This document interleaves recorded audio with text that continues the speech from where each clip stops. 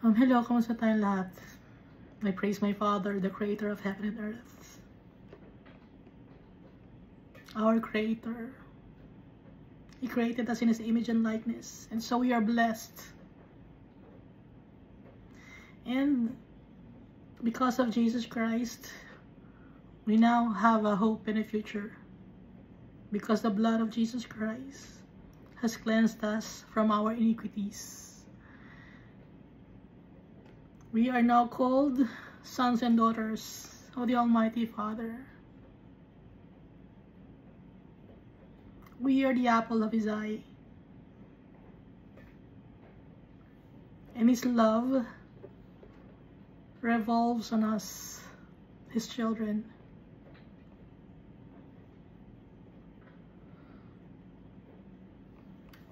And I thank my Jesus Christ for giving His life on the cross. I thank Jesus Christ for calling us His friends and not servants anymore. I thank Jesus Christ because He talked to our Father to send the Holy Spirit to us.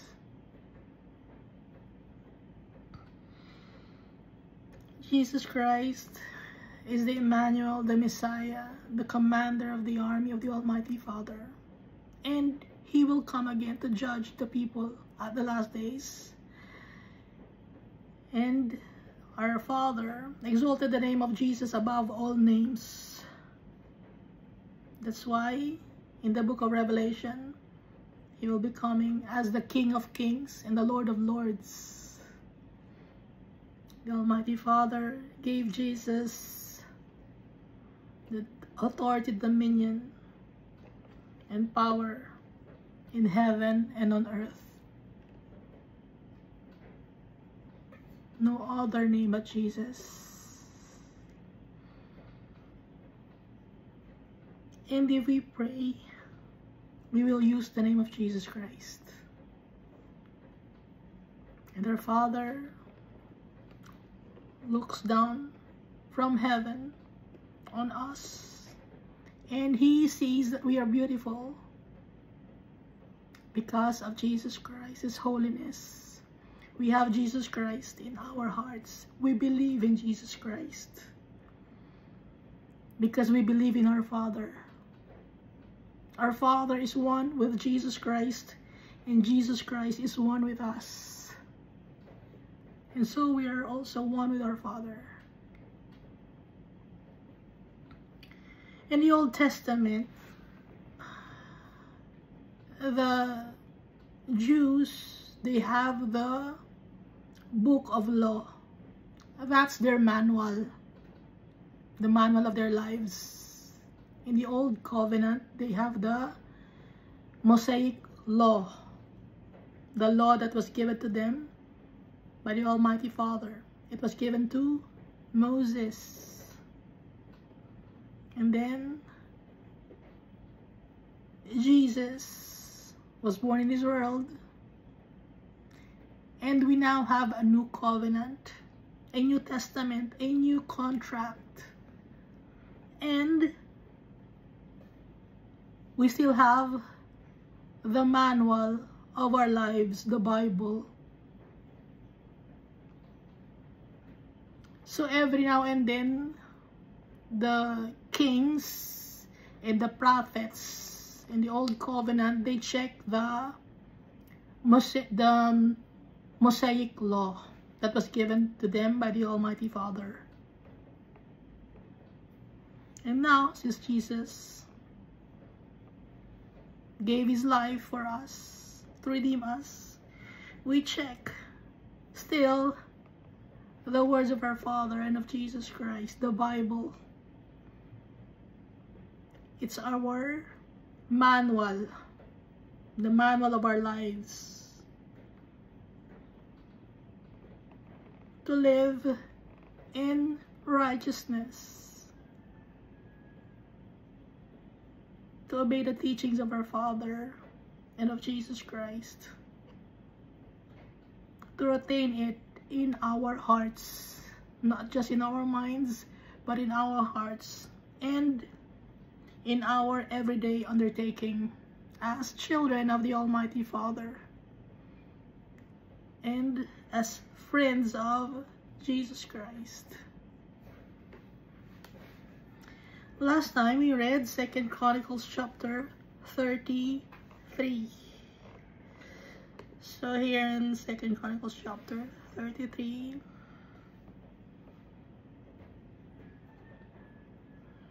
Manasseh was the king of Judah. He inherited the kingdom from his father Hezekiah. In the early part of his reign as king, Manasseh was wicked. He was evil. He rebuilt the high places for pagan worshipping. He raised up the altars for the Baals and wooden images. And he worshipped the false deities or false gods and served them by offering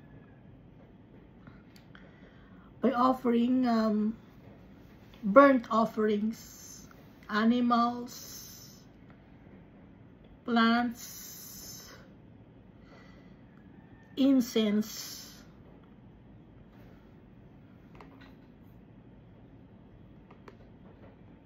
And they have ceremonies to worship the false deities, the gods of the Assyrians. So, kilala natin mga gods of the Assyrians, yung Nisroch, false god yon, si Nisroch, and then the other false deities, Molech, Dagon, Baal, Asherah, Astarte, Ashtar, Ishtar, Easter. Those false gods, they are demonic. Even the wooden images, they are demonic. Even the sacred pillars, they are demonic.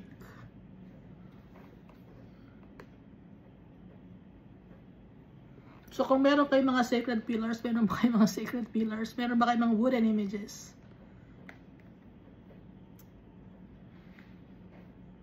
So apart from the true God, si Almighty Father, Jesus Christ at ang Holy Spirit, apart from our true Creator, kung meron pa kayong sinasamba na iba, apart from Jesus Christ, maliban kay Almighty Father, maliban sa Holy Spirit, those things or those people that you're worshiping, they are false deities. And those traditions, they're demonic. And if you worship your ancestors, like your grandfather that had died already many years ago, even matagal na, if you worship them, if you offer food for them, those practices are demonic. If you believe in reincarnation, that's demonic. Iba ang reincarnation sa resurrection.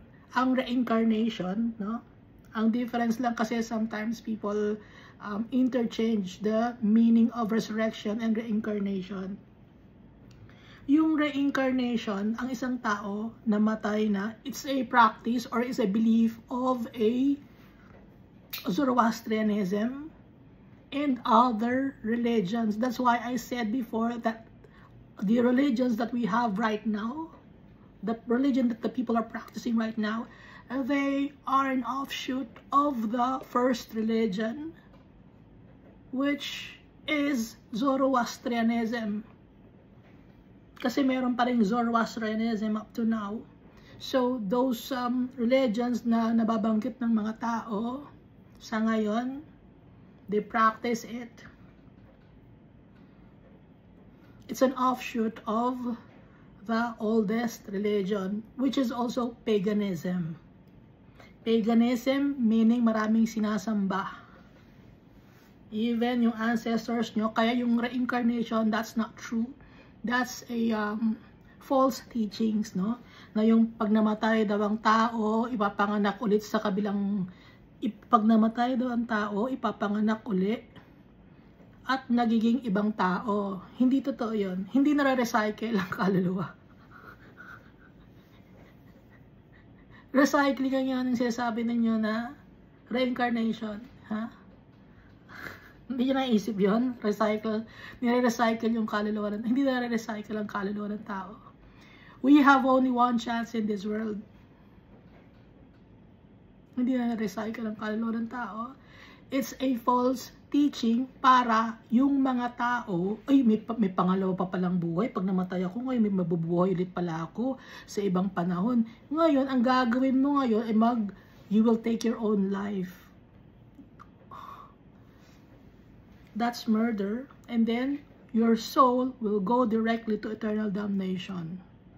Kaya ang daming mga tao sa ibang country, they practice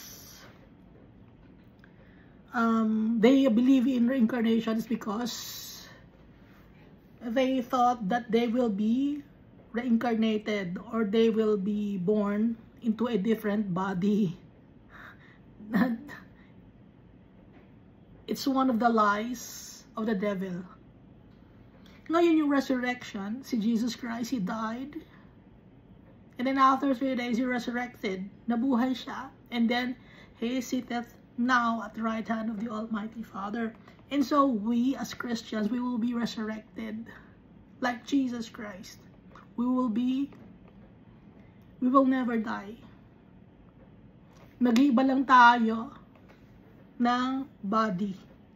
No? So that's the difference between reincarnation and resurrection. There's no reincarnation. That's the belief of the a teaching of the devil.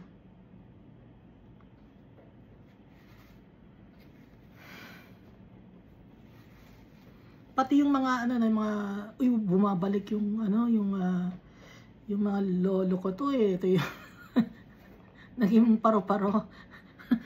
Naging ibon. Hindi totoo yun, ha? Yung soul ng tao, either kay Almighty Father, babalik sa Kanya, and then, they will rest. Or, papupunta sa eternal damnation, where there will be no rest. Okay? So, anong difference? Kay Almighty Father, may rest. That's the Sabbath day, rest day. Ngayon, yung mga tao naman na wicked, there will be no rest for them. They will be thrown to eternal damnation. Walang pahinga doon. So those people who practice worshiping wooden images, worshiping Baals, or worshiping sacred pillars, importante itong sacred pillar na to. Ito ang simbolo ng aming pagiging isang walang ganun.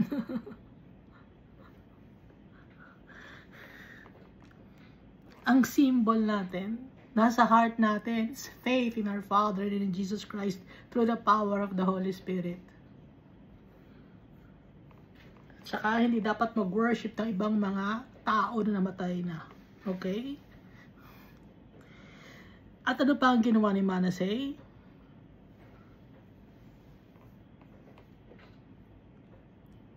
Nag-worship din siya kay Molech. He caused his sons to pass the fire in the valley of the son of Hinnom. So yung may mga anak siya, ipinasunog niya. Kasi feeling nila pag ang isang tao sinunog, inoffer, ngayon mapupunta ngayon yon sa kanilang false deity or false god. Ngayon magiging maganda ang buhay sa tingin nila ng bata na kanilang sinunog. Na kasinungalingan. Okay? Kasinungalingan yon ng evil one. Kaya yung ibang mga tao nun, they burn their sons, they cause their sons to pass through the valley or through the fire of the valley of the son of Hinnom. Kasi pag inoffer natin ito sa kay Molech, bibigyan tayo ng blessings. Tapos itong batang ito na nasunog, syempre magiging maganda ang buhay nito. Yun ang isip nila.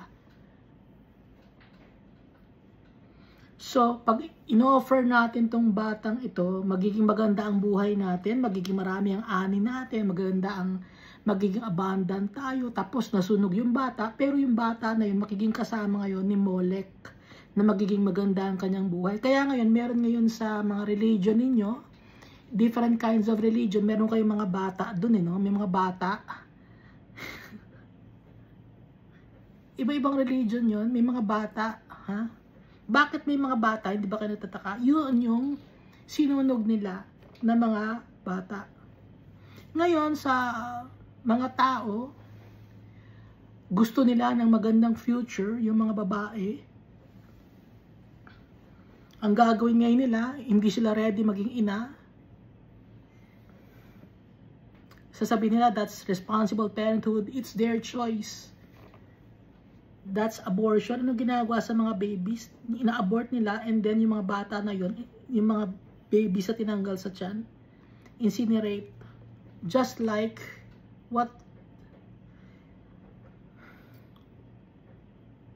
the people did in the old covenant. Wickedness, abominations.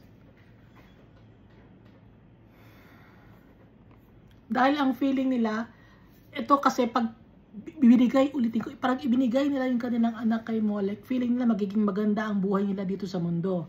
Ngayon, yung mga babae ngayon dito, nagpapa-abort sila kasi feeling nila para maganda ang kanilang buhay. Wala silang responsibilidad. So it's the same, no? Mali ang kanilang paniniwala. It's demonic.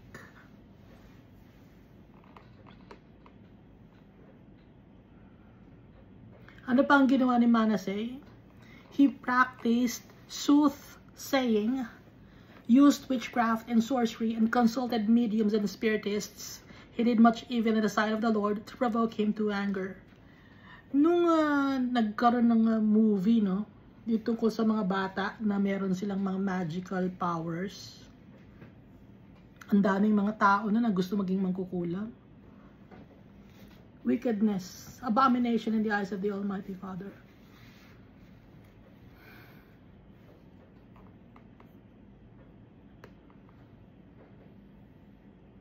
Naging parang into, itong uso ngayon, maging mangkukulam ka. Oh. Yun ang paniniwala ng mga tao nung nilabas yung movie na yun, pati yung book na yun. So, ano yun? Demonic din yun. Yung writer, meron siyang background. At merong nagtuturo sa kanya kung ano ang isusulat niya. Kaya nga ang kalaban natin, it's not people, but principalities of this world. Saka itong mga soothsaying na to, hindi ito mga prophet, ha? Itong mga sa witchcraft, sa sorcery. Ito ay ang ganilang tinatanong, hindi si Almighty Father, meron silang guide. Or ang tinatawag nila, familiar. Yung mga ganon, yun ay mga false na mga ninuno nila. Kunya, hindi ninuno ko itong kausap ko. Hindi, ano yun? Fallen angels yun. Akala ninyo ninuno yung kausap niyo. Akala hindi nuno sa punso, ninuno, no? Akala ninyo ninuno nyo, or mga, akala nyo angels? Hindi. Angels man yun, pero fallen angels.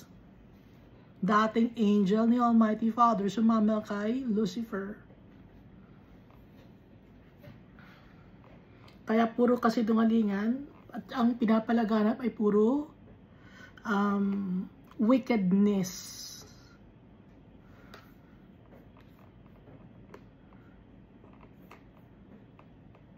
Sometimes lewdness.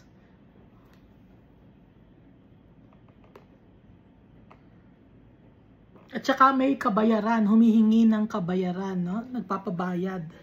Si Almighty Father, hindi siya nagpapabayad. Ha? Yung mga prophet ni Almighty Father. Kung may nakita man kayong prophet ni Almighty Father ngayon, tapos sasabihin nila sa prophet ni Almighty Father, pero humihingi sila ng bayad, humihingi sila ng tithes, humihingi sila ng donation, they're not from the Almighty Father.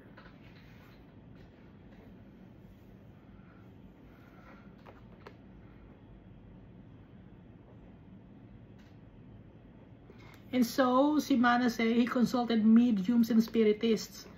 Bakit siya gustong magkipag-usap sa mga mediums and spiritists? Gusto niya malaman yung things beyond what's in this world. Kaya nakikipag-usap si Manasseh, nagko-consult siya ng mediums. There are people who don't believe in the Almighty Father. Hindi rin sila naniniwala sa mga spirits. Hindi sila naniniwala kay Almighty Father. Hindi rin sila naniniwala sa demons. Hindi sila naniniwala sa kung ano. Those people, akala nila hindi sila naniniwala, pero they've been lied to by the devil. Blinded. Spiritual blindness.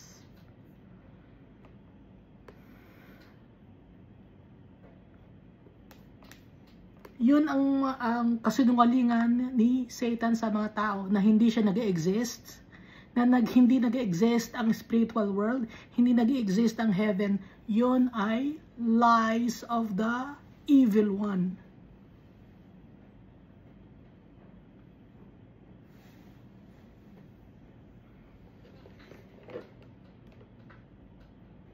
Alam ko yung iba sa inyo natatakot sa akin. Pero huwag kayo matakot sa akin. Bible ang binabasa natin. Salita ni Almighty Father.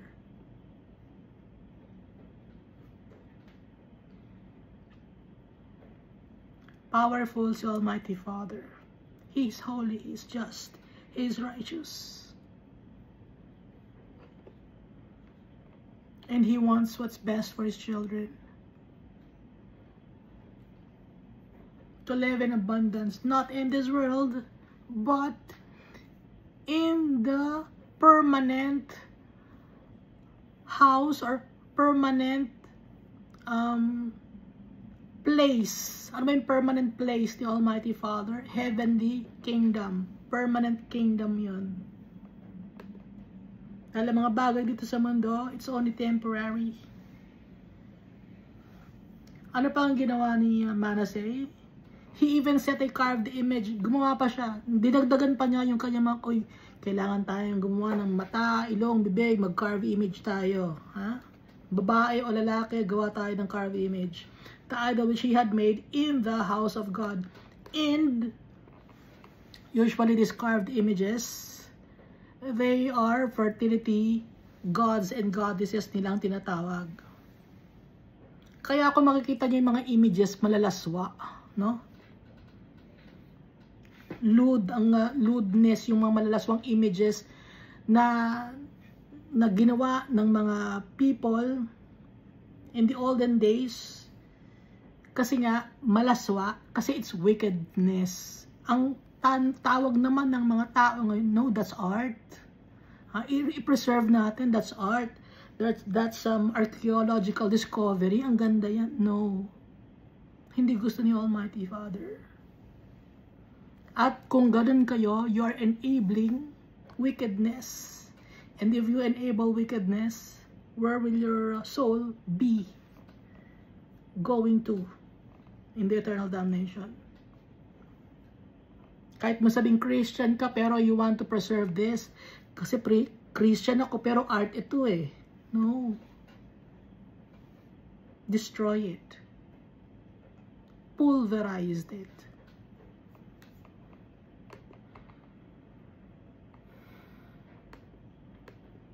Kung mga bagay makakapaghiwalay sa atin kay Almighty Father, magiging abomination, wickedness, tanggalin natin. Because ang priority natin si Almighty Father. Because we are His priority. He's faithful to us, and so He requires us to be faithful to Him. Yung abundance that our Father will give us is beyond our comprehension. Hindi natin may imagine yung blessings ni Almighty Father, yung inheritance natin. Kasi sobrang, even words cannot describe it. Our Father is good.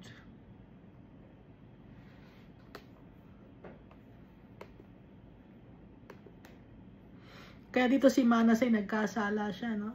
So ang ginawa ng tatay niya, he removed those images. But then, what did Manasseh did?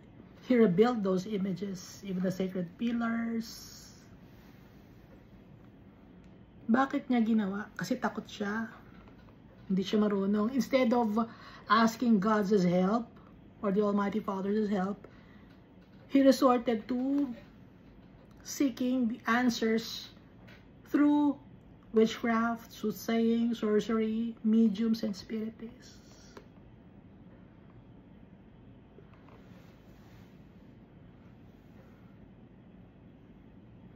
At Manasseh seduced Judah. Ibig sabihin, he influenced the kingdom of Judah to do the same, to do wickedness, to practice abominations, and also the inhabitants of Jerusalem.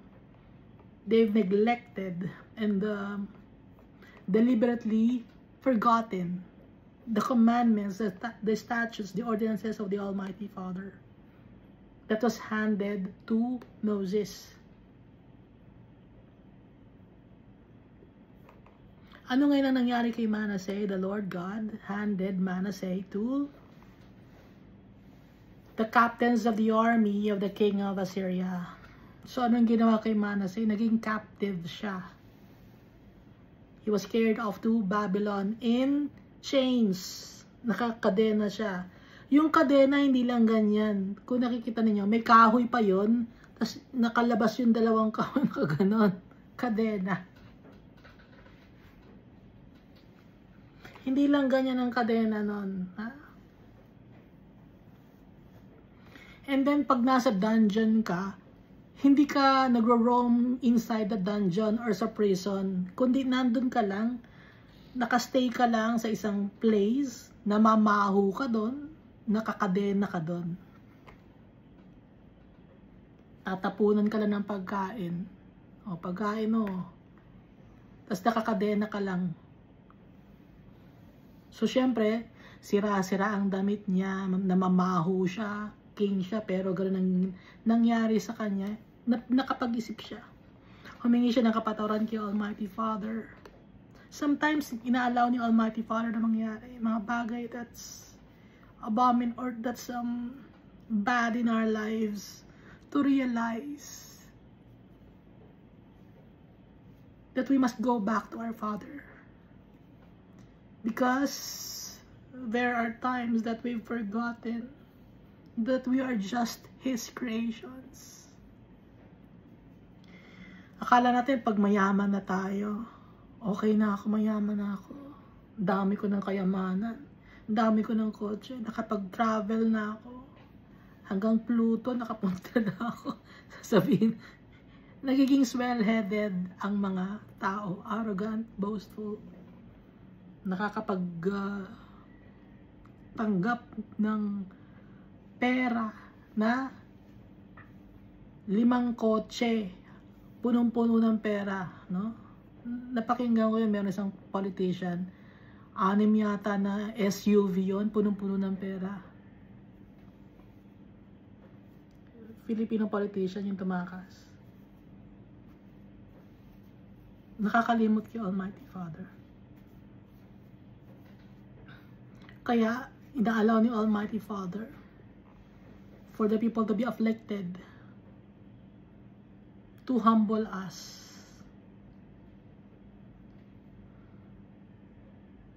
Kaya itong si Manasseh, he humbled himself before the Almighty Father, and the Lord God reinstated him as king of Judah. Nakabalik siya.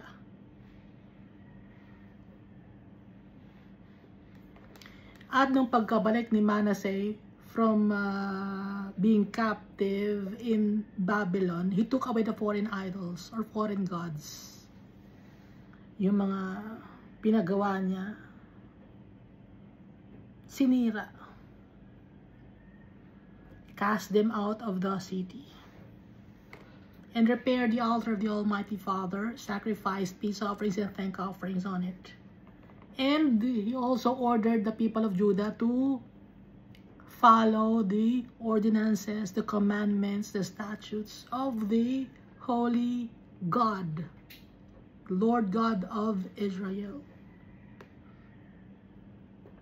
May napakinggan ako, no, na isang naggaano sila, nagde-debate sila. Yung isang lalaki, feeling niya marami na siyang alam niya. Ang sabi niya, hindi na raw mahal ni Almighty Father ang mga Israel or ang mga Jew. Mahal ni Almighty Father mga Jew. And mahal din ni Almighty Father mga Gentiles. We are the Gentiles. Pantay-pantay tayo na mahal ni Almighty Father. Si Almighty Father, una niyang tinawag ang mga Jews. Pinili niya ang mga Jews. At may promise siya kay David. At nag-exist pa rin yung promise na yon. Even 1,000 years had passed by already, fulfill ni Almighty Father yung promise na yun. That's why Jesus Christ, He's the King of Kings and the Lord of Lords from the lineage of David. Kasi kaya nga King of Kings si Jesus Christ kasi galing siya sa lineage ng mga king. Doon siya identified. Although He was not blood related to the King of Kings, He was identified because He was an adopted son of Joseph.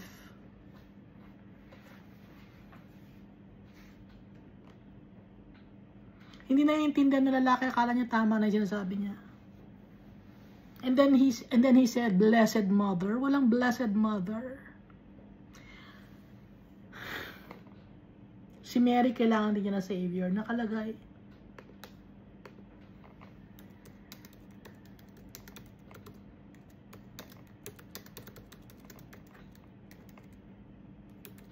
My Savior, sabi niya. Luke chapter 1 verse 46 to 55. And Mary said, my soul magnifies the Lord, and my spirit has rejoiced in God, my Savior. Kailangan ng Savior ni Mary.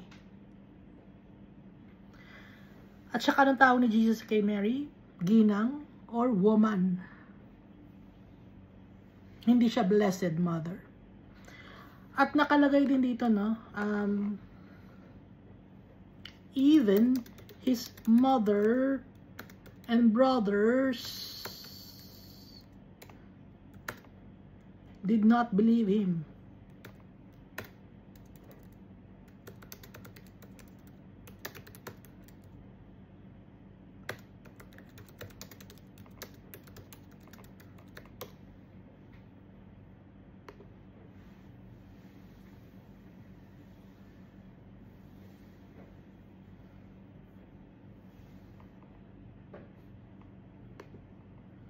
John chapter 5.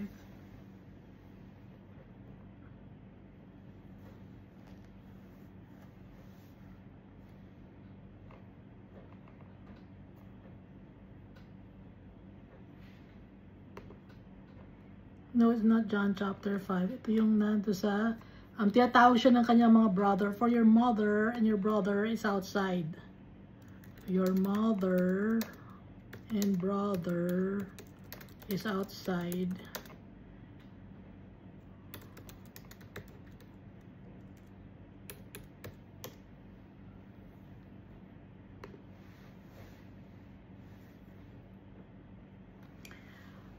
Matthew chapter 12 verse 46 to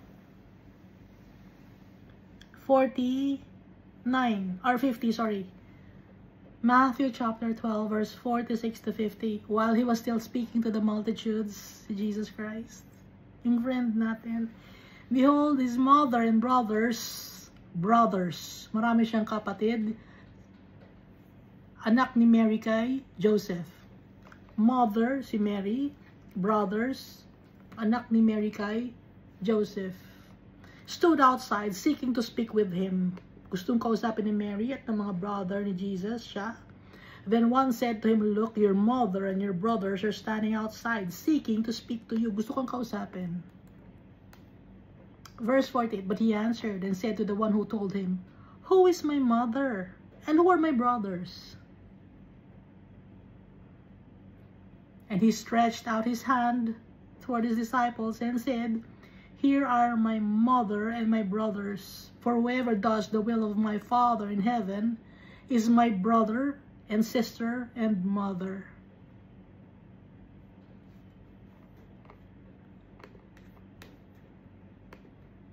So binaliwalaan niya yung pagtawag sa kanya ni Mary tsaka ng kanyang mga brothers.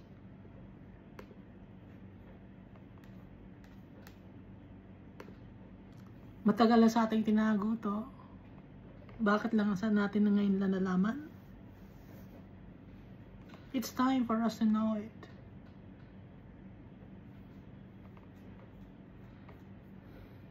Read the Bible. Ask the Holy Spirit for guidance.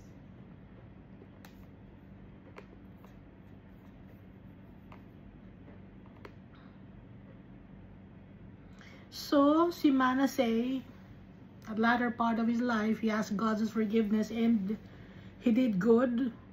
And he rested at the... Now the rest of the acts of Manasseh, his prayer to his God, and the words of the seers who spoke to him in the name of the Lord God of Israel. Indeed, they are written in the book of the kings of Israel. Dito sa first book of the kings and second book of the kings. First and second kings. Tama ba yun? Book of the first kings and book of the second kings.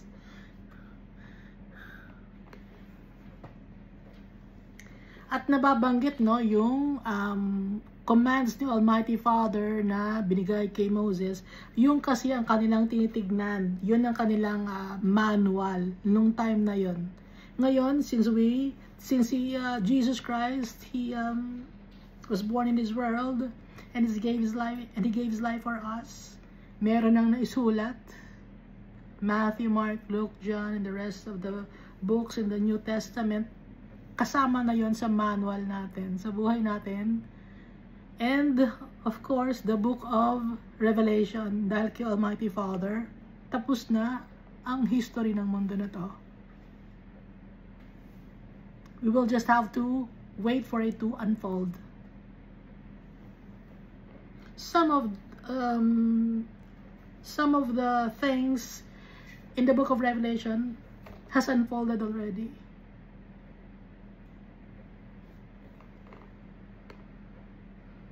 Or happened already. And then after si Manasseh, ang nag-reign as king of Judah was Amon, his son. But he was evil. All throughout his kingship, Amon was evil. The people executed King Amon. The Jews conspired to kill King Amon and made his son Josiah king in his place. So si Josiah, no, nabanggit natin, ay nasa prophecy sa 1 Kings chapter 13, prophesied by the man of God who was killed by a lion. Kinausap ng man of God si Jeroboam the son of Nebat.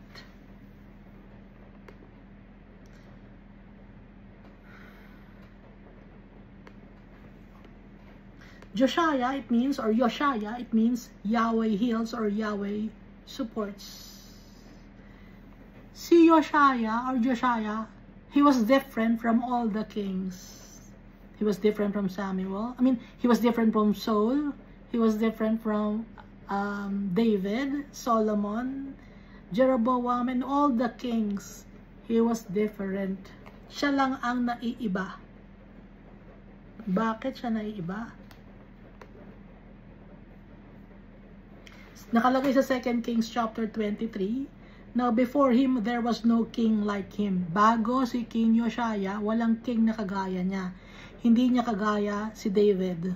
Bakit? Si David, he was faithful to the Almighty Father, but then he sinned. No? Paano siya nagkasala? Because of Bathsheba. He killed Uriah, the husband of Bathsheba.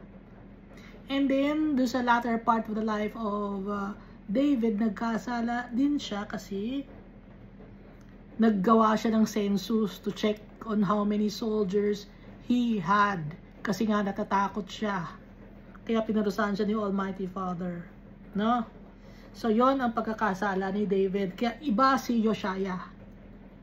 Walang na-record na nagkasala si Yoshaya. And then, anong kasalanan ni Solomon? He worshipped foreign deities or false gods. Si Solomon.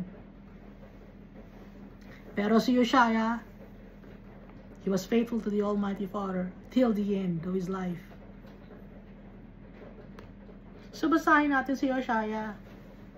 Na nabasa na rin naman natin sa 2 Kings, but ulitin natin. Josiah reigns in Judah as king after King Amon. Josiah was 8 years old when he became king, and he reigned 31 years in Jerusalem. So 31 plus 8, that's 39 years old. Maikli lang ang kanyang lifespan, 39 years old, because when he was 39 years old, the Lord God made him rest. And he did what was right in the sight of the Lord, and walked in the ways of his father David, and he did not turn aside to the right hand or to the left. For in the eighth year of his reign, while he was still young, he began to seek the God of his father David. So he was 8 plus 8, 16. So he was 16 years old when he seek the Almighty Father. Bata pa siya, gusto niya makilala si Almighty Father. Kayo ba, bata pa ba kayo na gusto niyo na makilala si Almighty Father?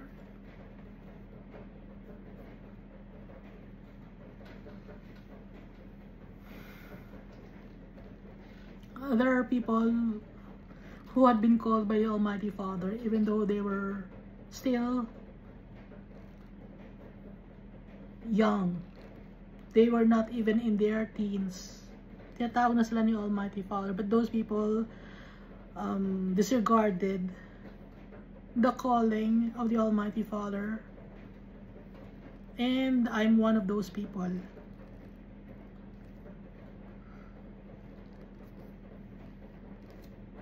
And I greatly regret it, but I learned from it, and the Lord God is faithful to me, and He forgave me.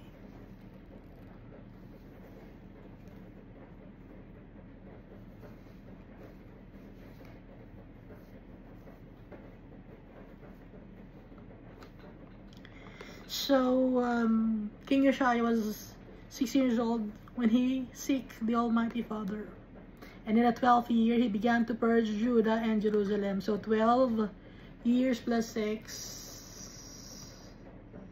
Ilan yun? 12 plus 6. No, 8 plus 8 plus 12, 20. Hindi marunong ako sa math. 12 years na siyang king, and then he started to reign 8 years old. So, 20 years old siya. He began to purge Judah. Matured na siya for his age. He was 20, and he wanted to purge or to cleanse Judah and Jerusalem of the high places, the wooden images, the carved images, and the molded images. Dumami na naman ang gawa ng mga tao ng wickedness. Wooden images, carved images, molded images. And up to now, there are people who worship wooden images, carved images, and molded images. Hindi, gawa pa to ng mga ninuno namin. Naman ako kasi to sa mga magulang ko. Ano man na magulang mo? Asan na ngayon ang magulang mo? Asan na ngayon ang kaluluwa nila?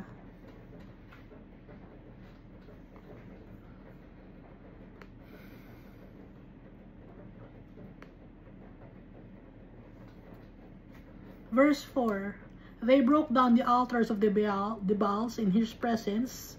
So sa harap mismo ni Josiah, dinurog yung mga altar ni Baal. And the incense altar, which were above them, he cut down. The wooden images, the carved images, the molded images, he broke in pieces and made dust of them and scattered it on the graves of those who had sacrificed to them. So may mga priests si Jeroboam, di ba? But those priests were not Levites or from the sons of Aaron, yung mga priests na kinuha ni Jeroboam. So ano ngayon ang nangyari? Yung mga molded images na yun, dinurog. Naging alikabok. Ikinalat niya yon sa libingan ng mga priest ni Jeroboam. Ibig sabihin, sama-sama kayong madudumi dyan, sama-sama nating itapon dyan ang mga kadumihan. Namuhay kayo ng kadumihan, ito pa yung mga wooden images nyo, isama ninyo sa inyong libingan. Verse 5, he also burned the bones of the priests of their altars and cleansed Judah and Jerusalem. Buto na, sinunog pa niya, dinurog pa. Parang cremation. Nakalagay ito, no? He burned the bones of the priests on their altars. Nakalagay sa 1 Kings chapter 13. Behold, a child Josiah by name shall be born to the house of David, and on you he shall sacrifice the priests of the high places, who burn incense on you, and men's bones shall be burned on you.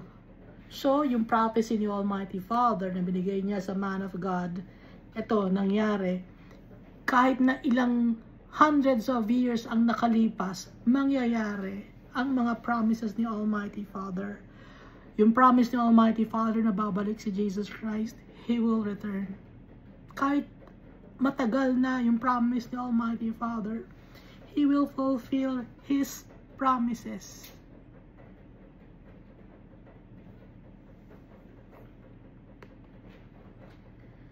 Verse 6, and so he did in the cities of Manasseh, Ephraim, and Simeon, and as far as Naphtali, and all around, with axes or swords. May dala sila mga swords or axes pag may nakikita sila ng mga sacred pillars, may nakikita sila ng wooden images, tanggal agad yan, dudurugin agad yan, sisirain agad. O dito, meron pa rito, ayan, sirain na natin, mga ganon.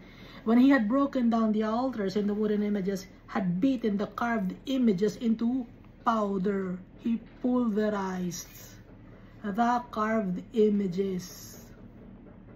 May nagawa ba yung mga carved images? Buhay ba yung mga carved images? Binubuhat yun, di ba?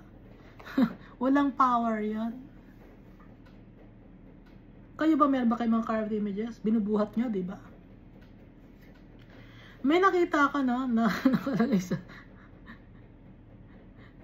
yung mga nasa sementeryo, may isang babae ron. Tapos may babae na nagbi-video, tinitingnan niya kasi yung babae. Kinukunan niya, uy, nag-grocery sa sementeryo yung babae. Kawawa naman yung babae, sa sementeryo siya nag-grocery. Bakit siya sa sementeryo nag-grocery? Kasi yung mga ino-offer sa mga patay doon, sa mga buto, imbis na mabulok, kainin ng langgam, ipis, daga, kinuha na lang ng babae dahil sila ay nagugutom.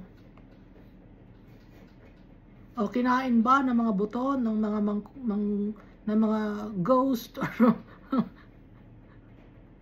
yung inalay niyong pagkain para sa mga ninuno ninyo? Hindi, di ba? Kinuha ng babae. Spaghetti. Kinuha, nakita ko, nakalagay sa, social media. Buti naman kinuha niya, sayang kasi nag-grocery siya. Pagkakataon ng maka-experience siya na masarap yung kainin niya, kasi sometimes napaka masarap yung inihahanda sa mga buto, no? Buto ng tao, inihahanda mo. Hindi naman makakain ng tao. At least yun, makakain ng tao, mabubusog pa. Matutuwa pa si Almighty Father. So ito, when he had broken down the altars and the wooden images, he had beaten the carved images into powder. Nakapagkita ba yung mga carved images? Uy, wag mo kaming saktan. Wag mo kaming saktan. Gumagalaw kami, naglalakad kami. Hindi naman, di ba? Oh. Walang kwenta.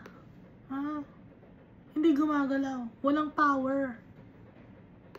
And cut down all the incense altars. Incense, nagtatanim sila ng incense yung para umamoy, no? Meron ngayon mga tao, ganun din ang ginagawa para umamoy. Sino umaamoy nun? Wala nang umaamoy nun, kayo na lang umaamoy nun. Yung mga ino-offer ninyo demonic, ang mga nakikinabang. Uy, ano siya, ganun ang ginagawa niya. Tuwan-tuwa yung mga demons. So Almighty Father galit. Throughout all the land of Israel, he returned to Jerusalem. So, all throughout the land of Israel, not just the land of Judah. ang lawak ng travel ni Josiah all throughout the kingdom of Israel, or the land of Israel, and not just the kingdom of Judah, not just Jerusalem, but all throughout the land of Israel. Dahil nga nasa prophecy, sabi ng man of God kay Jeroboam, may darating na bata na king from the lineage of David, at tatanggalin na yung mga pinagawa na mga false deities or wooden images or carved images or molded images. And then here on verse 8 of 2 Chronicles chapter 34, in the 18th year of his reign. So maraming years na nakalipas, no? Baka sabihin nyo ay kinabukasan nangyari. Kaya nga yan yung 18th year, no? So 18th year na siya as reigning as king. So 8 plus 18, 18 plus 8, 26 ba? 18, 19, 20, 21, 22, 23, 24, 25, 26. Tama. 26 na siya. Pero sa time natin yung bata pa rin yung 26 years old, no? Pero matured na siya for his age. Because the Almighty Father was guiding him. So walang age bracket kay Almighty Father. Whether you're already old or you're young, if you follow the commandments of the Almighty Father is pleased with you. He will guide you. He will sustain you. In the 18th year of his reign, when he had purged the land and the temple, he sent Shaphan, the son of Azaliah, Maaseiah, the governor of the city, and Joah, the son of Joahaz, the recorder. So, merong mga tauhan siya. No? May secretary, may governor, meron siyang advisor, to repair the house of the Lord his God. Alam natin na na-repair na noong time ni Hezekiah, pero ilang years na naman nakalipas, syempre nasisira. Kaya nga si Almighty Father, yung temple na ginawa niya, ano ang temple na ni Almighty Father? Tayo.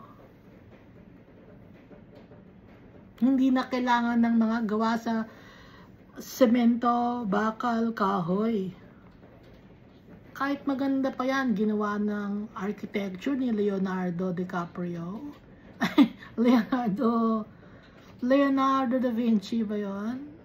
Gawa ni Leonardo da Vinci itong ano na to, itong ano ba yun, Sistine Chapel ba yun? Kahit pagawa yan ni Leonardo DiCaprio o ni Leonardo da Vinci.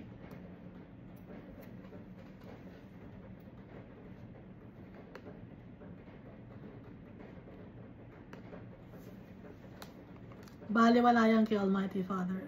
Sisirain niya ni Almighty Father. Antay lang. Antay lang kayo. Lahat ng mga sinasabi ni Almighty Father, ginagawa niya.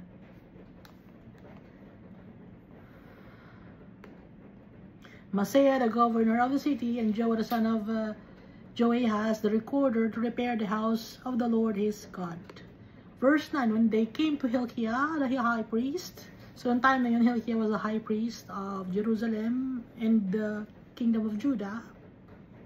They delivered the money that was brought into the house of God, which the Levites who kept the doors had gathered from the hand of Manasseh and Ephraim, from all the remnant of Israel, from all Judah and Benjamin, and which they had brought back to Jerusalem. So there were donations to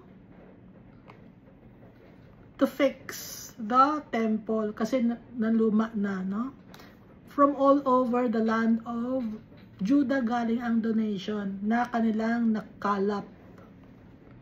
Galing sa mga Manasseh, sa tribe ng Manasseh, galing sa land na or sa tribe ng Ephraim, sa mga remnant or natira na mga tao sa Israel, kasi some of the people in Israel, they were taken captives to Assyria and Babylon.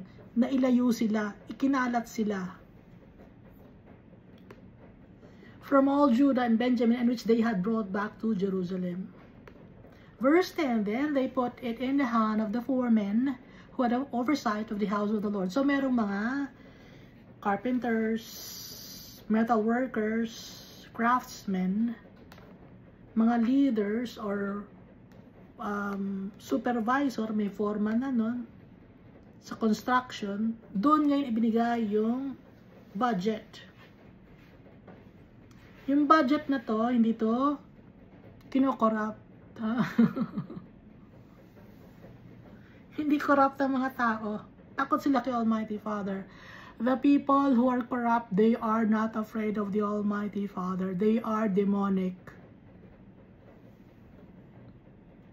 Sabi nyo, ang ano ka naman, ang harsh ka naman. So, bakit ka magiging corrupt?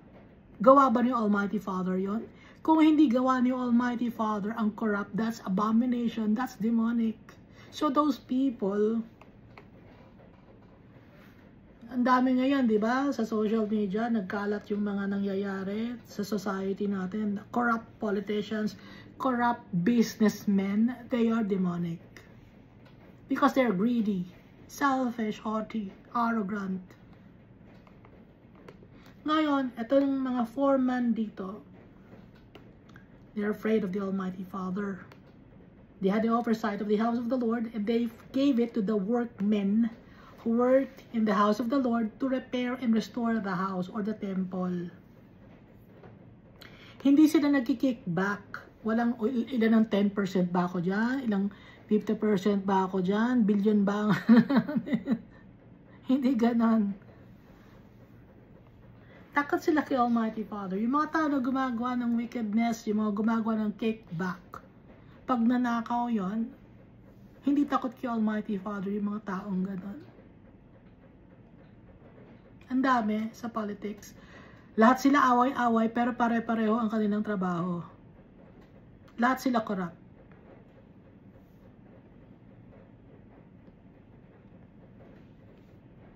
Kaya wala kang maitulak kabigil sa mga politicians. Lahat sila corrupt. Even those people who have business dealings in the government, they're also corrupt kasi nagbibigay sila ng budget or may tawag dun eh.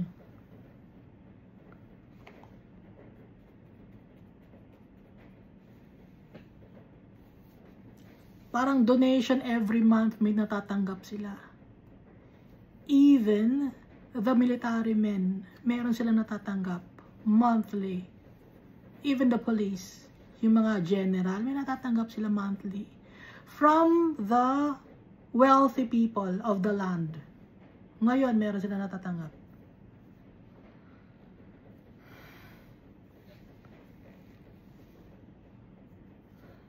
Even the senators, councilmen, congressmen, party list. Speaking of party list, hindi ko alam kung anong trabaho ng party list.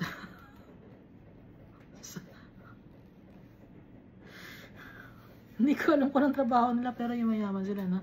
Ano bang sakop nilang distrito? Basta gawa ka lang ng party, gawa tayo ng party list.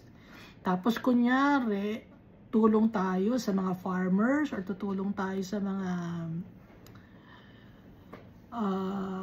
widows. Ganun eh, meron sila mga motive. Pero yung pera na nakukuha nila, same as the money that was given to the congressmen. Yung mga congressmen, meron sila mga district sa kanilang lugar, sa kanilang bayan. Same, yung mga party list, congressman din yun. Same ang nakukuha nilang pera doon sa may mga hawak na mga district na land. Ang daling magkaroon ng pera ang mga tao sa party list. Bakit nagkaroon ng ganon? It's punishment of the Almighty Father for the people. Kaya korap ang mga tao, punishment sa atin yan. Because we're wicked also. Ngayon dito, sa yung time ni Josiah, hindi korap ang mga tao dito.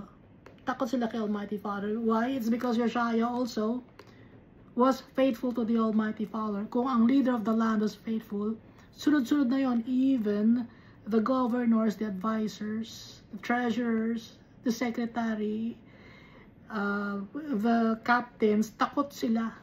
Kasi ang titignan nila, yung leader namin to eh. Takot kay Almighty Father to. Kaya hindi tayo dapat gumawa ng masama. So sa nakatingin ang mga tao? Sa leader of the land.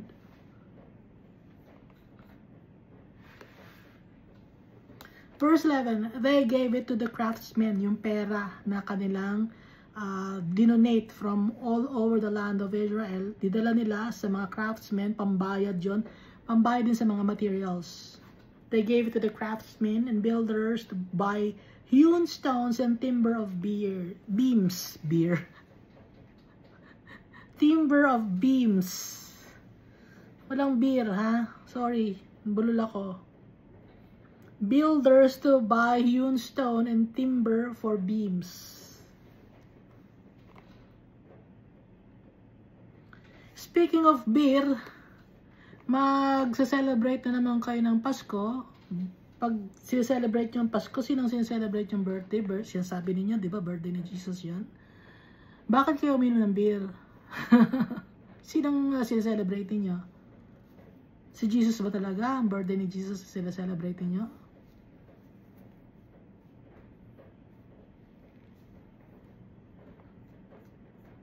Kung si Jesus talaga ang celebrate niyo, it should be done in holiness, in righteousness, and not just for the lust of the flesh, lust of the eyes, and the pride of life.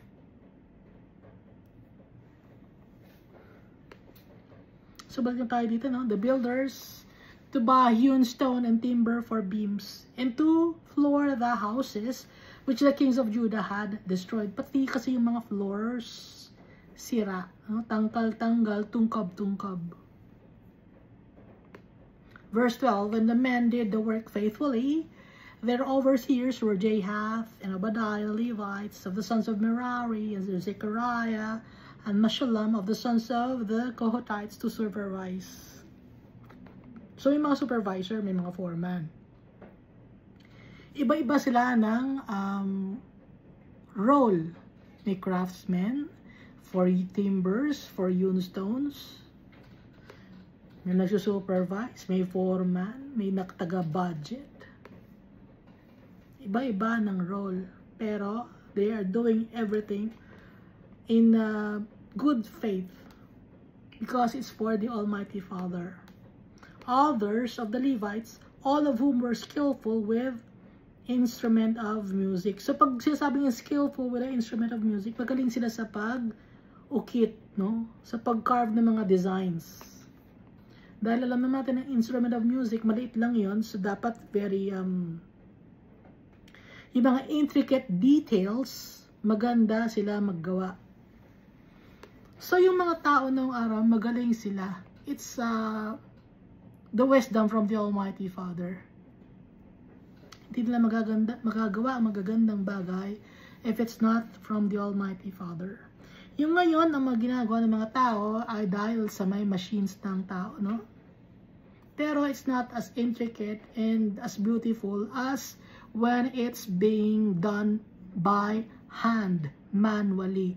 Nung time na to, nung time sa Old Covenant, walang electricity. Walang machines. But up to now, the people are puzzled on how the period of the pyramid in Egypt has been erected up to now dahil nawala na yung technology. Hindi na alam ng mga tao kung paano na gawin. So, sino ngayon ang full of wisdom and knowledge? The people then or the people now? At saka yung wisdom ng mga tao before sa Old Covenant, it came from the Almighty Father that He handed to Solomon. And then, from Solomon, yung the neighboring countries like Greece, dahil yung mga Greeks, mahilig sila mag-isip, no? Naging obsessed sila on how the mind works, psychology, mga philosophy, naging obsessed sila kay Solomon. Kasi paano naisip ni Solomon yun? Kaya, i-remind ko kayo, ang first person na philosopher sa Greece was si Thales. Ang kanyang findings na ang mundo ay unang nagawa dahil sa water. At yung kanyang findings na yun ay galing kay Solomon. Dahil si Solomon, alam niya ang history ng mundo. Genesis chapter 1 verse 2, water.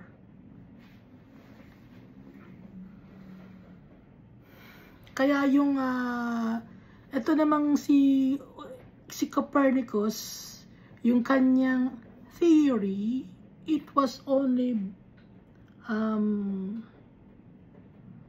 theorized in 1400s. 1400s lang niya na-theorize na ang mundo daw ay nakaikot sa sun. Si Copernicus yon. Yon ay yung tinatawag na heliocentrism. Kasinungalingan yung turo ni Copernicus. Makakapag-isip ka pa ba ng telescope nun? Yung telescope ni Galileo Galilei? Kung up to now nga, yung telescope ng mga tao, mahina. Siguro magnifying glass ang gamit ni Galileo Galilei. Imposible. Imposible. It doesn't make any sense. Asa na ngayon yung gawa ngayon ni Galileo Galilei ng telescope? Mas maganda ba ang gawa niyang telescope noon kaysa ngayon? It's one of the lies of the devil. So, balik na tayo dito, no? So, ang mas matatalino na mga tao was in the time of the Old Covenant. Dahil walang filter ang mga tao dito kung ano yung tama, kung ano yung totoo, alam nila.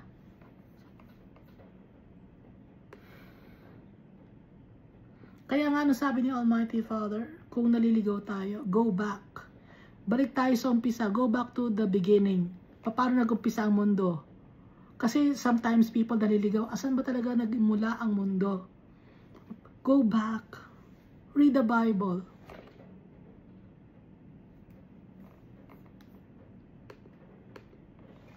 So, balik na tayo dito, no? Now, when they brought out the money that was brought into the house of the Lord, Hilkiah the priest found the book of the law of the Lord given by Moses. So, nakita nila yung manual. Nakita ni Hilkiah the priest. Nasaan? Nandun sa house of the Lord. Nasa temple. Inaalikabok. Naaalikabukan.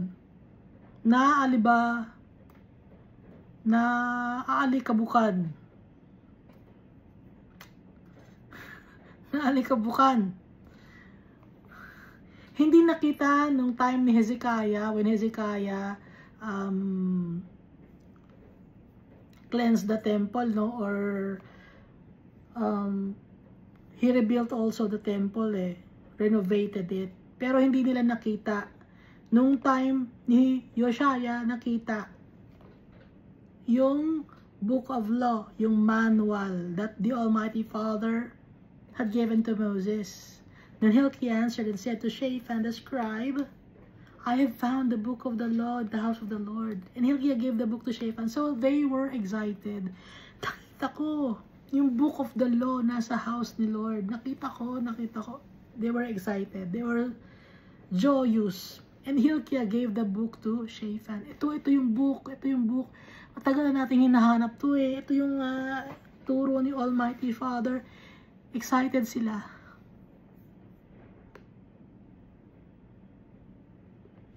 So Shaphan carried the book to the king, bringing the king word, saying, all that was committed to your servants they are doing, and they have gathered the money that was found in the house of the Lord, and have delivered it into the hand of the overseers and the workmen. So ibinigay sa mga supervisors o foremen yung donation na mga money that was that they got from all the people from the land of Israel. Committed sila sa kanilang pagtatrabaho. They were doing their job diligently. Sabi ni Shaphan. And then Shaphan the scribe told the king, saying, Hilkiah the priest has given him a book. Pero ito, andito, may pinigay sa aking book, si Hilkiah the high priest.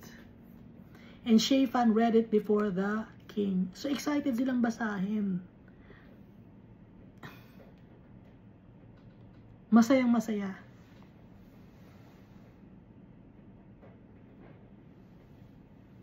Si Josiah, yung high priest, si Shaphan, masayang masaya sila. Thus it happened when the king heard the words of the law, that he tore his clothes. Nagpakumbaba si Josiah, the Almighty Father. Then the king commanded Hilkiah, Ahikam the son of Shaphan, Abdon the son of Micah, na nabasa rin natin sa 2 Kings chapter 22 verse 12, Shaphan the scribe or the secretary, and Asaiah, the servant of the king, saying, Go inquire of the Lord for me, and for those who are left in Israel and Judah, concerning the words of the book that is found. Ipagtanong niyo ako para kay Almighty Father, para sa akin, kung anong nandito sa book na to.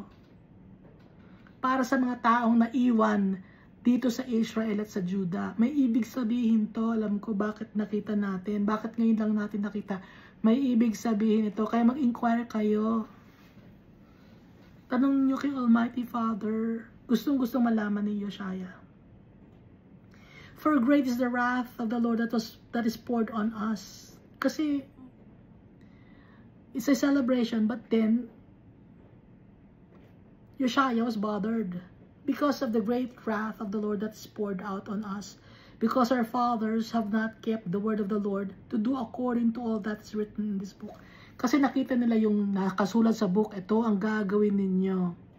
So, they were excited to read it, and at the same time, they are bothered kasi hindi nila natupad. At merong mga nakalagay na curse doon, di ba? Nabasa natin sa Deuteronomy.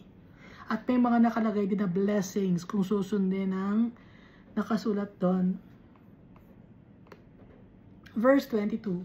So Hilkiah and those the king that appointed went to Huldah the prophetess. So bae ito.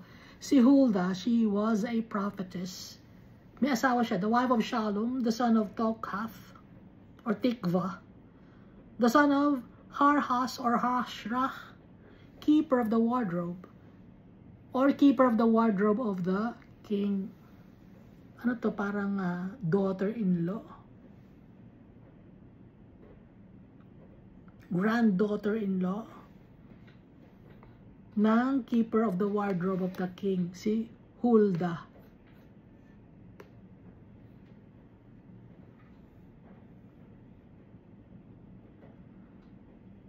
Alam nilang may gift of prophecy itong si Huldah. Then she answered them, Thus says the Lord God of Israel, Tell the man who sent you to me. Thus says the Lord, Behold, I will bring calamity on this place, and on its inhabitants, all the curses that are written in the book, which they have read before the king of Judah, because they have forsaken me, and burned incense to other gods, that they might provoke me to anger with all the works of their hands. Therefore my wrath will be poured out on this place and not be quenched. Yon ang nakalagay sa Book of Law. Yung curse, no? Nakalagay na binasa ni King Solomon at binasa rin to ni Joshua. Verse 26. But as for the king of Judah, who sent you to inquire of the Lord in this manner, you shall speak to him, Thus says the Lord God of Israel, concerning the words which you have heard. So yung mga tao who will not obey the Almighty Father or disobedient, mapaparusahan sila because they burned incense to other gods. And up to now, si Almighty Father, He doesn't want people to burn incense for other gods. Kung meron kayong sinasamba, you burn incense, you offer food or whatever to your other gods, it's provoking the Almighty Father to be angry. Kaya anong gagawin ng Almighty Father? His wrath will be poured out on this place and not be quenched. So this was the time when the kingdom of Judah was conquered by Babylon. Ngayon, sa atin, ano ang mangyayari sa atin ngayon? Because there are people who still worship foreign gods or false gods. Nakalagay tayo sa Book of Revelation. So dito is just a sample. Sinasampulan lang ni Almighty Father ang mga tao. The Almighty Father is very forgiving. Pero when it comes to abominations and uncleanness, He doesn't condone it. He's very strict when it comes to righteousness and holiness and goodness. Verse 26, but as for the king of Judah, si Hoshea to, who sent you to inquire of the Lord, in this manner you shall speak to him. Thus says the Lord God of Israel, concerning the words which you have heard, because your heart was tender, because yung heart mo, para kay Hoshea to, message for Hoshea, because your heart was tender, or you humble yourself before the Almighty Father, and you humble yourself before God, when you heard His words, against this place and against its inhabitants, and you humble yourself before me, and you tore your clothes and wept before me, umiyak ka, and I also have heard you, umiyak ka, narinig ko, nalungkot ka, narinig ko, alam ko masaya ka, nakita mo yung book, pero nung mabasa niyo yung book, nalungkot ka, mayroong curse yon, may punishment yun, nalungkot ka, and so you tore your clothes, you humble yourselves, narinig ko yung, nakita kong umiyak ka, narinig ko yung iyak mo. Si Almighty Father, nakikita niya tayo. Nagme-melt yung heart ni Almighty Father when He sees us crying. Kasi nararamdaman ni Almighty Father yung nararamdaman natin. Kung arrogant tayo, nararamdaman ni Almighty Father. Alam niya that we are arrogant. Pero if we humble ourselves before Him, alam ni Almighty Father kasi He looks into our hearts. Verse 28, surely I will gather you to your fathers, and you shall be gathered to your grave in peace. Hindi, ibig sabihin nito ni Almighty Father, yung parusa that the kingdom of Judah will experience will never be experienced by King Hoshea. Why? It's because he will go back to the Almighty Father to rest. Kaya hindi na niya ma-experience. Sa Book of Revelation, there are two witnesses. Sa Book of Revelation, if we remember, no? If you read the Book of Revelation, there are two witnesses written in the Book of Revelation. Yung two witnesses na yan, hindi na nila ma-experience yung wrath ni Almighty Father when it's being poured onto the earth. Isa-save sila ni Almighty Father. So ito, maraming taon to. Hindi lang ito, kinabukasan nakita na yung book, or after sirain yung mga wooden images, nakita na agad yung book. Hindi, maraming time na dagdaan, okay? Hindi lang ito 5 years, hindi lang 10 years, di ba nakalagay 15 years, ganon, ha? Kaya nga, di ba si Hoshea, he was killed when he was 39. Pinalinis niya yung temple, he was 26 ba yun? Tapos namatay siya, 39 siya. Kasi nga, hindi agad-agad yung turnaround time. Meron pang iniintay si Almighty Father na maghihingi ng kapatawaran sa Kanya. May sariling time frame si Almighty Father. Kaya dito, sinabi ni Almighty Father, hindi mo na makikita yung punishment na ibibigay ko sa mga tao dahil you humbled yourself before me and you did good. You wept. Narinig ko ang iyak mo. Kaya hindi mo na ma-experience yung pain and sufferings. Hindi mo na makikita yon.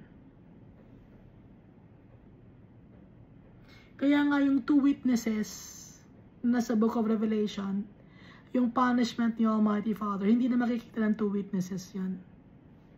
Yung two lampstands, yung two olive trees, hindi na nila makikita yung masisira ang mundo na to. Tuloy natin, no? And your eyes shall not see all the calamity which I will bring on this place and its inhabitants. So they brought back word to the king. So ito yung message ni Almighty Father that he relayed to Huldah, and then Huldah related to the messengers of King Uzziah.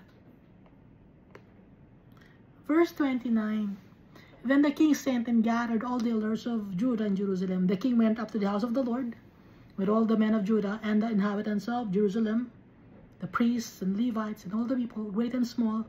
And he read in their hearing all the words of the book of the covenant which had been found in the house of the Lord. Binasa niya. In-inform niya lahat ng mga tao. Hindi lang siya na sasakupin ko to or selfish ako, gusto ko ako lang ang masave, kundi shinare niya sa lahat ng mga tao, dahil yung mga tao na yon, iniintay ni Almighty Father yung mga tao na yun, humingi ng kapatawaran sa Kanya. Gaya natin, hindi pa dumarating si Jesus Christ, dahil hinihintay pa niya tayo na mag-decide kung magiging faithful ba tayo sa Kanya o gusto natin pa rin gumawa ng kasalanan dito sa mundo na to.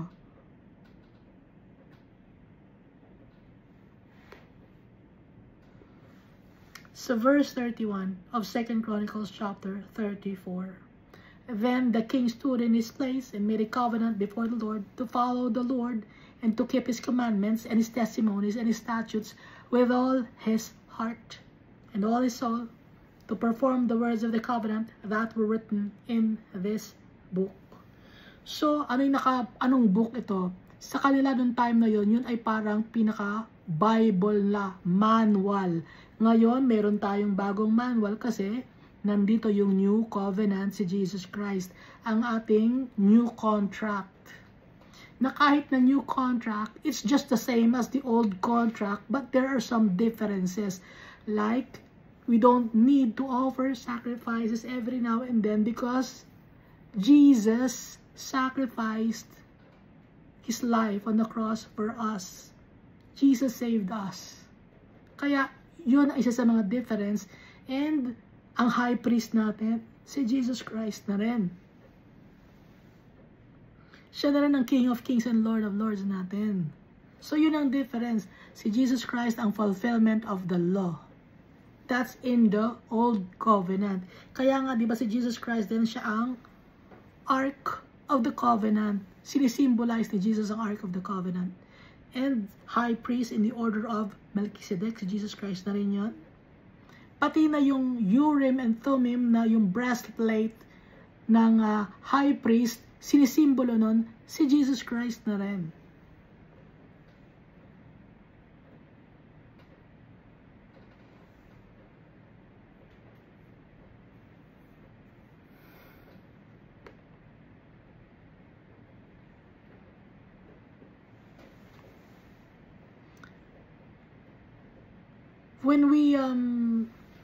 When the people then celebrate the Passover, they celebrate the New Moon Festival, they celebrate the Sukkot. Ano ba mga sinaselebrate nila? Yung Sabbath Day at saka yung New Moon na nabanggit natin. Ano ba yung sinaselebrate nila? 5 yun eh. Yung Sabbath day, it symbolizes us.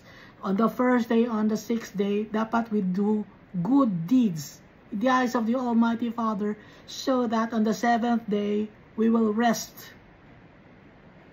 in the arms of our Father. So that's 1 week. It's a completion of our lives here on earth. And then, Yung Sukkot naman, it means we are sojourners of this world. We are not of this world. We're just temporarily living in this world. So that's Sukkot dahil nung time ng Sukkot, they were in the desert.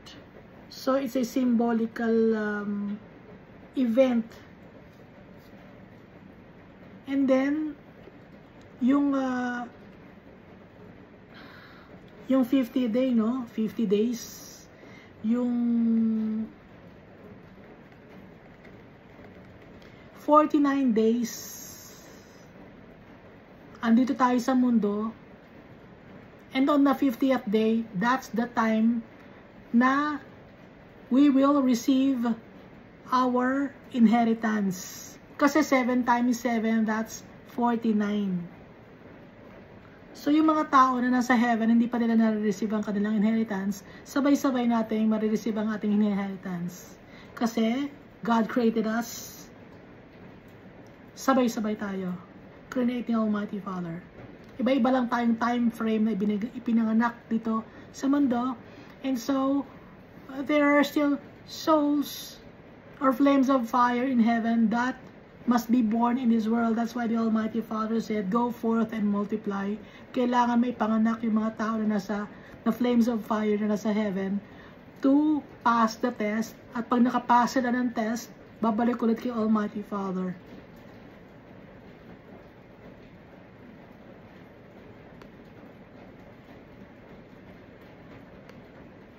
So si Almighty Father, He created us in His image and likeness. Kamukha natin ang tatay natin. He's not just only a spirit, but may body si Almighty Father.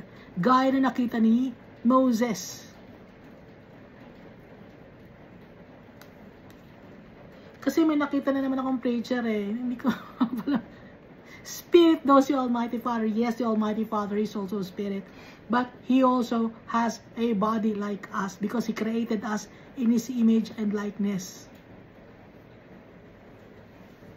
Kaya kung nakikita ninyo, no, yung mga angel na binabanggit dito, yung nakita ni Abraham, yung nakita niya man, 3 man ang nakita ni Abraham. Those men, they're angels. Kamukha natin. Kaya nga, di ba nakalagay rin sa Bible na mag-iingat tayo na pag sometimes may nakakasalamuha tayo ng tao, baka angel yon. Kaya we must treat people equally and justly and in righteousness. Okay?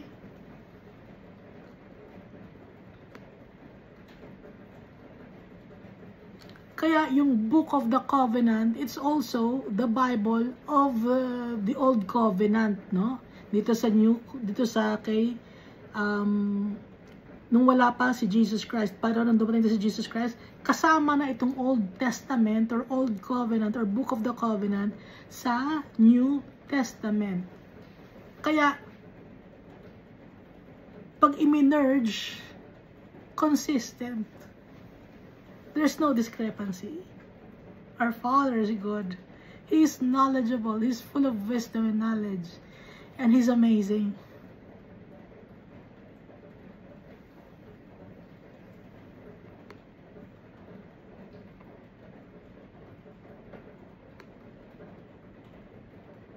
So ito lang natin, ano? The king went up to the house of the Lord, and all the men of Judah, and the inhabitants of Jerusalem, the priests and the Levites, and all the people, great and small, he read in the hearing of all the words, in hearing all the words of the book of the covenant, which had been found in the house of the Lord. So it's time for the people to know of the book of the covenant. Kasi nung time ni Hezekiah, they did not see the book.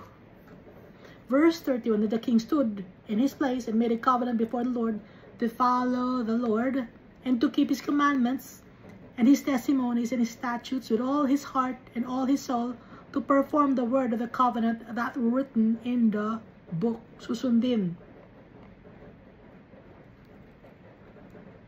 And he made all who were present in Jerusalem and Benjamin take a stand. So the inhabitant of Jerusalem did according to the covenant of God, the God of their fathers. Then Josiah removed all the abominations from all the country that belonged to the children of Israel. So ano yung country that belonged to the children of Israel? So yun ay ang kingdom of Israel. Tinanggal niya yung abominations like the 2 golden calves that Jeroboam the son of Nebat had made. Tinanggal din yung mga high places and wooden images and carved images and molded images. Iba-iba, no? Wooden, molded, and carved. And sacred pillars.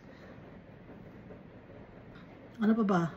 Yung mga places for pagan worship. Tinanggal din niya.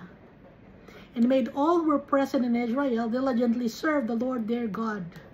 All his days, they did not depart from following the Lord God of their fathers. So Josiah lived a life that is faithful and pleasing in the eyes of the Almighty Father. That's why the Almighty Father said, and it's in this, and it's mentioned in 1 Kings chapter, what's this? 1 Kings chapter,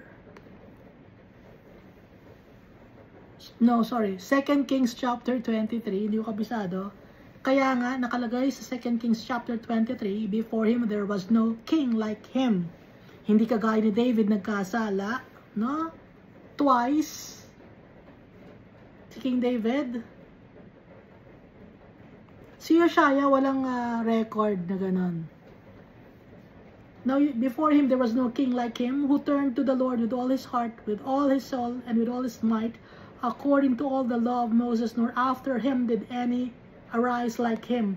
Si Solomon, nagkasala siya. He worshiped the gods of his wives and concubines. Pero si Josiah, wala siyang bad record. At siya'y nasa prophecy. Kasi it's, nung time na to, it's time for the people to seek God, to ask for forgiveness. Dahil, darating yung time that they will be conquered by the Babylonians. And some of them were conquered already by the Assyrians. Kaya it's a preparation for the people. So ngayon, the Almighty Father is preparing us because Jesus Christ will come again. So prepare tayo ni Almighty Father. Hindi agad-agad mangyayari, just like what happened in the time of Josiah. Hindi agad-agad nangyayari na they will be taken captives. Kinuha muna ni Almighty Father si Josiah, and then there were some kings who came after King Josiah. So it's not immediately.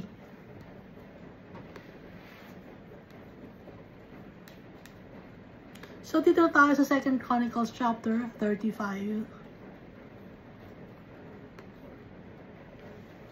Oh, isang oras na pala tayo. 2 Chronicles chapter 35. Now Josiah kept a Passover to the Lord in Jerusalem, and they slaughtered the Passover lambs on the 14th day of the first month. What is the first month? Nisan. So, 14th day of the first month, that's Nisan 14.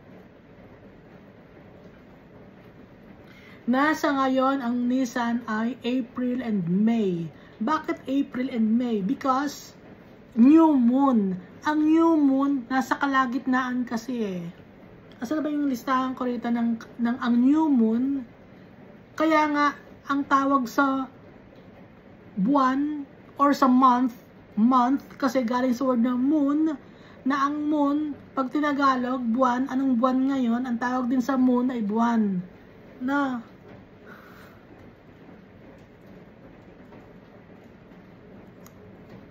bakit? Anong connection ng buwan? Ng sun, anong buwan, ng months? Kasi nga, when God created this world, anong meron? Water. Water, konektado sa moon. Di ba? Nagkakaroon ng high tide, nagkakaroon ng low tide. So, kaya konektado yung month sa buwan, sa moon, sa water. Kasi nung create ni Almighty Father, kaya nga sinaselebrate yung new moon, gusto ipaselebrate ni Almighty Father when He created this world. Pero kinalimutan na ng tao yon. But, ang mas importante, wag natin kalimutan si Almighty Father. May nakakarinig kaya? Okay lang kahit wala nakakarinig. I'm giving this all to my Father. He's giving me wisdom and knowledge, and so I'm giving it back to Him.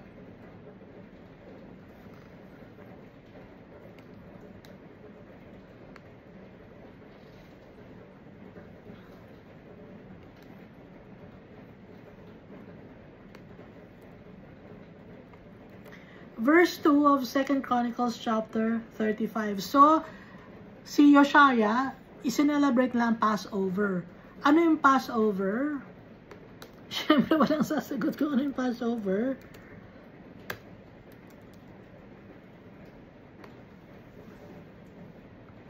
Yung Passover, yun yung galing sila from the land of Egypt.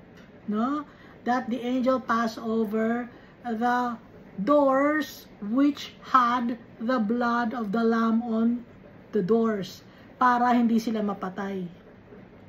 Ngayon, yung Passover is also called Pesach. Ano ang Tagalog ng Christmas? Pasko, no? Saan galing ang word na Pasko? Pesach. Kasi walang Tagalog ang Christmas. So, anong kinuhang yung Roman civilization or Roman Empire?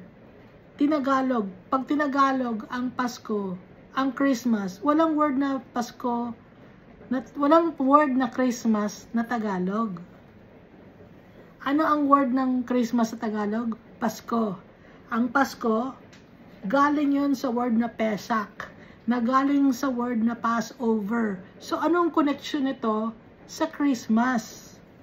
Kasi nga, yung Roman Empire, iniba-iba niya. Iniba-iba niya. Even the dates and the years.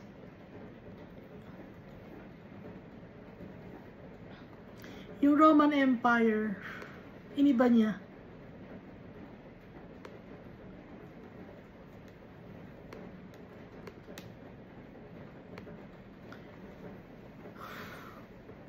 Kaya nga walang word na Christmas ang Tagalog. Pag Tinagalog mo, Pasko. Saan galing ang word na Pasko? Pesach.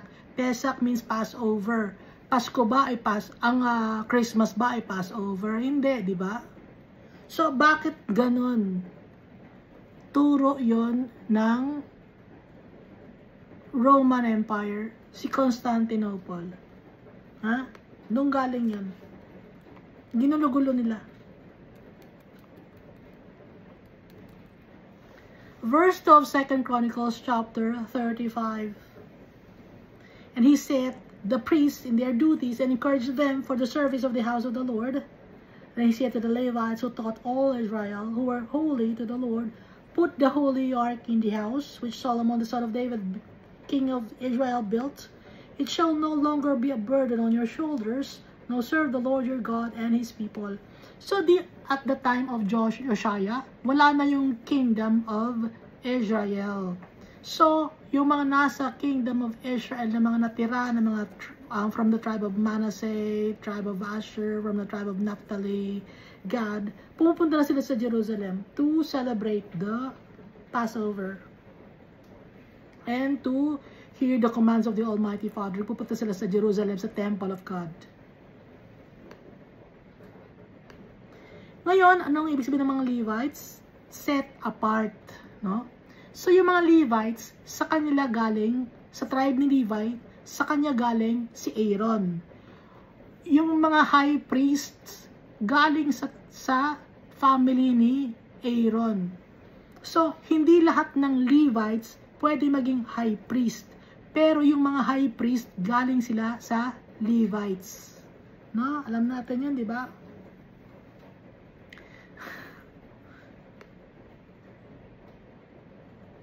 Alam mo yun, Iska, di ba? And then he said to the Levites, who taught all Israel, who were holy to the Lord, put the holy ark in the house which Solomon the son of David, king of Israel, built. It shall no longer be a burden on your shoulders. Now, serve the Lord your God and His people. Ngayon, back to naman tayo ulit sa Levites, no? Levites set apart. Ngayon, dito sa New Covenant, we are a royal priesthood, a holy nation. So, royal priesthood, a holy nation. That's why, as followers of Christ, we've been set apart. Kaya nga, yung mga Levites, no? Metaphor or symbolically, itong mga Levites, kaya nga wala silang minana na lupa in the land, all over the land of Israel, because sila ang portion ni Almighty Father. Ngayon, ang galing ni Almighty Father, ngayon, since we are the royal priesthood, a holy nation, tayo ang portion ni Almighty Father. Naiintindihan niyo? Kaya lahat ng mga names, lahat ng mga pangyayari dito, konektado sa atin, konektado sa mga anak ni Almighty Father, konektado kay Jesus Christ, konektado sa ating inheritance.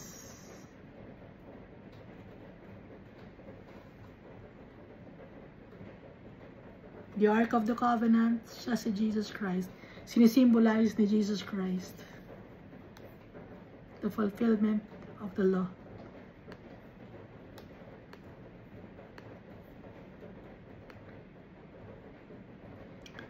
Mahal tayo lahat ni Almighty Father. And He's waiting for us to go back to Him, to believe in Jesus Christ. If you don't believe in Jesus Christ, you will never be saved. John 3:16, for God so loved the world that He sent His only begotten Son, that whosoever believeth in Him should not perish, but have everlasting life. Kung sino ang magtitiwala kay Jesus Christ, hindi mamamatay. There are some cults or religion that they don't believe in Jesus Christ. They think that Jesus Christ was only a prophet because they've been blinded by the evil one. And so their souls will be thrown to eternal damnation. Only the souls who believe in Jesus Christ as King of Kings and Lord of Lords will inherit the kingdom of God. A gift sa atin ni Almighty Father, si Jesus Christ. And we look beautiful, perfect in the eyes of our Father because of Jesus Christ. Because Jesus Christ is perfect, He's holy, He's just, He's righteous, He's humble. And He wants us to reign with Him in His kingdom that will never end. Thank you, and God loves us all so much.